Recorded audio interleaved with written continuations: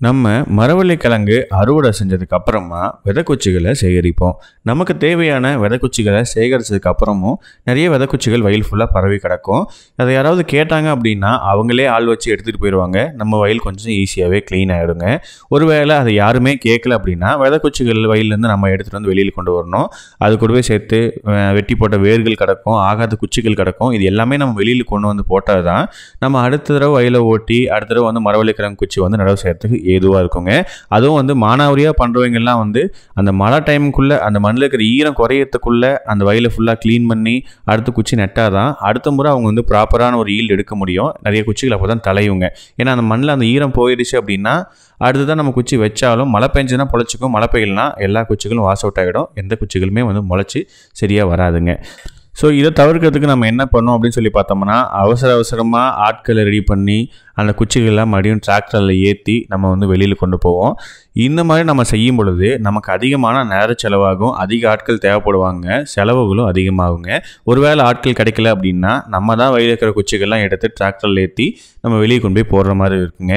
So இதை தவிர்க்கிறதுக்கு வேறு ஏதாவது ஐடியா இருந்தால் நல்லா இருக்குமே அப்படின்னு சொல்லிட்டு யோசிச்சுட்டு இருந்த பொழுது நம்ம வந்து ரொட்டவேட்டரை விட்டு ஓட்டிடலாம் அப்படின்னு சொல்லி பார்த்தோம். அப்படின்னா ரொட்டவேட்டரில் சின்ன சின்ன குச்சிகள்லாம் வந்து நுணுங்கிடுது. ஆனால் இருக்கிற நல்ல பெரிய பெரிய வேர்கள்லாம் வந்து பார்த்திங்க அப்படின்னா அப்படியே துண்டு துண்டாக வெட்டி தான் விடுதே தவிர தூளாக ஆகலை.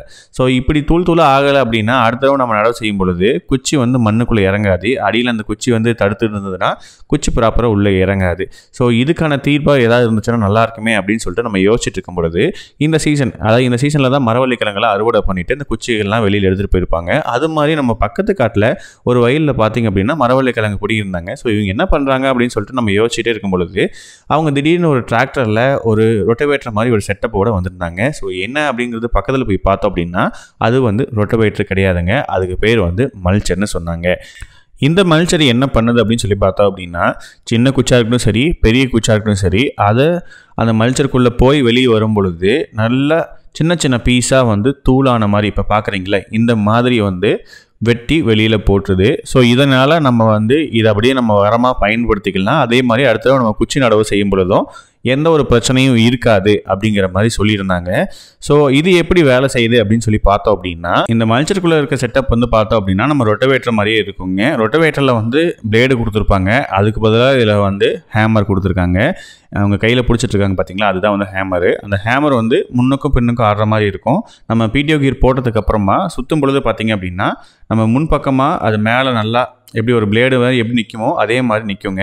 எதுக்காக இது மாதிரி இப்படி லூஸாக ஆடுற மாதிரி கொடுத்துருக்காங்க அப்படின்னு சொல்லி பார்த்தோம் அப்படின்னா குச்சி சைஸுக்கு ஏற்ற மாதிரி அதை அட்ஜஸ்ட் பண்ணிக்கணும் அப்படிங்கிற ஒரு காரணத்துக்காக தான் அது இப்படி ஆடுற மாதிரி வந்து கொடுத்துருக்காங்க.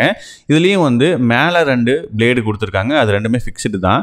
இப்போ பாருங்கள் பிளேட் 1 பிளேட் 2 காமிச்சிருக்கு பார்த்தீங்களா, பல்லு மாதிரி இருக்குது, அதுதான் வந்து பிளேடுன்னு சொல்கிறாங்க. ஸோ இதுக்கு இடைப்பட்ட கேப்பில் வந்து குச்சி வந்து மாட்டும் பொழுது தான் குச்சி வந்து நுணுங்கி தூளாக வெளியில் வருதுங்க. ஸோ இதுதான் இந்த மல்ச்சருக்குள்ளே நடக்கிற ஒரு மெக்கானிசம்ங்க. ஸோ இதில் எப்படி மண் அதிகமாக போகாமல் குச்சிகள் மட்டும் உள்ளே போகுது அப்படின்னு சொல்லி பார்த்தோம் அப்படின்னா பின்னாடி டெப்த்தை வந்து அட்ஜஸ்ட் பண்ணுறதுக்கு ஒரு ரோலர் கொடுத்துருக்காங்க. அந்த ரோலர் என்ன பண்ணுது அப்படின்னு சொல்லி பார்த்தோம் அப்படின்னா மண்ணை நல்லா அழுத்திக்குது, குச்சி நல்லா மேலே ஏற்றி விடுறதுக்கு ஏதுவாக அந்த ரோலர் வந்து செட்டப் பண்ணியிருக்காங்க. ஸோ இது வச்சு அழுத்துறதுனால குச்சிகள் எல்லாம் ஒன்று கூட விடாமல் அது கரெக்டாக வந்து அந்த பிளேடுக்குள்ளே போய் மாட்டி வெளியில் தூளாக வெளியில் வந்துடுதுங்க. ஸோ இதுதான் இந்த மல்ச்சருக்குள்ளே நடக்கிற ஒரு ப்ராசஸ்ங்க. அதுக்கு அடுத்ததாக இந்த நுணுக்கி வெளியில் வர குச்சிகளோட துகள்கள் வந்து பின்னாடி யாராவது நின்னால் மேலே அடிக்காமல் இருக்கணும் அப்படிங்கிறதுக்காக பின்னாடி பாருங்கள் அந்த டயரை வந்து கட் பண்ணி அதுக்கு மேலே வந்து அப்படியே வந்து ஸ்டிச் பண்ணியிருக்காங்க. ஸோ இதனால் அது வெட்டி வெளியில் வர குச்சிகள் வந்து நம்ம மேலே படாமல் இருக்குங்க. இப்போ பார்க்குறீங்கல்ல, இது மாதிரி தான் வந்து அந்த பிளேடு வந்து சுற்றி தான் இந்த குச்சிகளை ஃபுல்லாக நறுக்கி எடுக்குதுங்க. இந்த மல்ச்சர் ஓட்டினா என்ன நம்மக்கிட்ட சொன்னாங்க அப்படின்னு சொல்லி பார்த்தோம்னா குச்சிகளை வந்து நல்லா சின்னதாக நறுக்கணும் அப்படின்னா டிராக்டர் போகிற திசைக்கு இந்த மாதிரி குச்சிகளை போடாதீங்க, அதுக்கு பதிலாக இந்த மாதிரி போட்டிங்க அப்படின்னா ஃபுல்லாகவே கம்ப்ளீட்டாக நறுக்கி எடுத்துடுது அப்படிங்கிற மாதிரி விஷயங்கள் வந்து சொன்னாங்க. இது அவங்களோட அனுபவத்தில் சொன்ன விஷயம்தான். சரி, இது எப்படி இருக்குது, இது உண்மையாக பிள்ளை வேலை செய்யுமா வேலை செய்யாதா அப்படிங்கிறத மறக்காமல் கமெண்ட் செக்ஷனில் கமெண்ட் பண்ணுங்கள். அதுக்கு அடுத்த விஷயமா இந்த மல்ச்சரை பயன்படுத்தி வயலை வந்து க்ளீன் பண்ண ஒரு விவசாயிக்கிட்ட பேசலாம், அவங்களோட கருத்துக்கள் என்னென்னு கேட்கலாம். மரவள்ளிக்கிழங்கு போட்டிருந்தேன், ஒரு 3/4 ஏக்கரா போட்டிருந்தேன். அது வந்து இப்போ 3 நாள் ஆயிடுச்சு, கிழங்கெல்லாம் பறிச்சாச்சு. குச்சியெல்லாம் கொஞ்சம் பெருசாக போயிடுச்சு. அதை வந்து ஆள் வச்சு அள்ளி போட்டோம்னா கிட்டத்தட்ட 3,000-4,000 மேலே ஆகும். ரெண்டாவது அப்புறம் இப்படி இந்த வண்டி வந்து கல்லுக்கடையில் இருக்குதுன்னு சொன்னாங்க. இந்த குச்சி உடைக்கிற வண்டி. ஃபோன் பண்ணி சொன்னால் அவரும் வந்துட்டார், உடச்சிட்டு இருக்கிறாரு. மணிக்கு 1800 காட்டுக்கு உரமாகவும் ஆகி போச்சு. நல்லா திருப்தியாக உடச்சிருக்குது, நல்லாயிருக்கு. இதில் வந்து செலவு கம்மியாக இருக்குங்க. செலவு கம்மியாக இருக்குது. காட்டுக்கு 2வது உரமாகவும் போயிடுது. குச்சி வந்து நம்ம காட்டுக்கு உரமாக போயிடுது.